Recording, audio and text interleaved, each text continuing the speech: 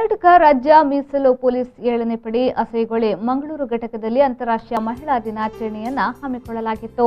ಈ ಕಾರ್ಯಕ್ರಮದ ಉದ್ಘಾಟನೆಯನ್ನ ಅಧ್ಯಕ್ಷರು ಹಾಗೂ ಮುಖ್ಯ ಅತಿಥಿಯವರಿಂದ ನೆರವೇರಿಸಲಾಯಿತು. ಕಮಾಂಡೆಂಟ್ ಬಿಎಂ ಪ್ರಸಾದ್ ಅವರು ಕಾರ್ಯಕ್ರಮದ ಅಧ್ಯಕ್ಷತೆಯನ್ನ ವಹಿಸಿದ್ರು.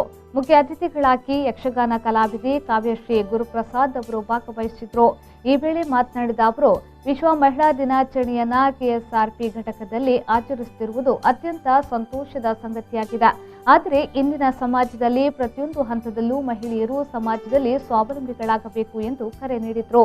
ಕೆಎಸ್ಆರ್ಪಿ ಘಟಕದ ಅಧಿಕಾರಿ ಸಿಬ್ಬಂದಿಯವರ ಕುಟುಂಬದ ಮಹಿಳೆಯರು ವಿವಿಧ ಕ್ರೀಡಾ ರಂಗದಲ್ಲಿ ಪಾಲ್ಗೊಂಡ ವಿಜೇತರಾದವರಿಗೆ ಬಹುಮಾನ ನೀಡಿ ಗೌರವಿಸಲಾಯಿತು.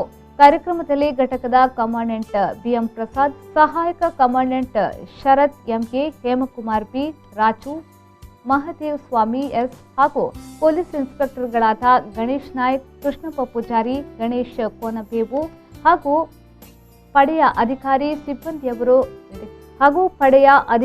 ಸಿಬ್ಬಂದಿ ಕುಟುಂಬದವರು ಹಾಜರಿದ್ದರು.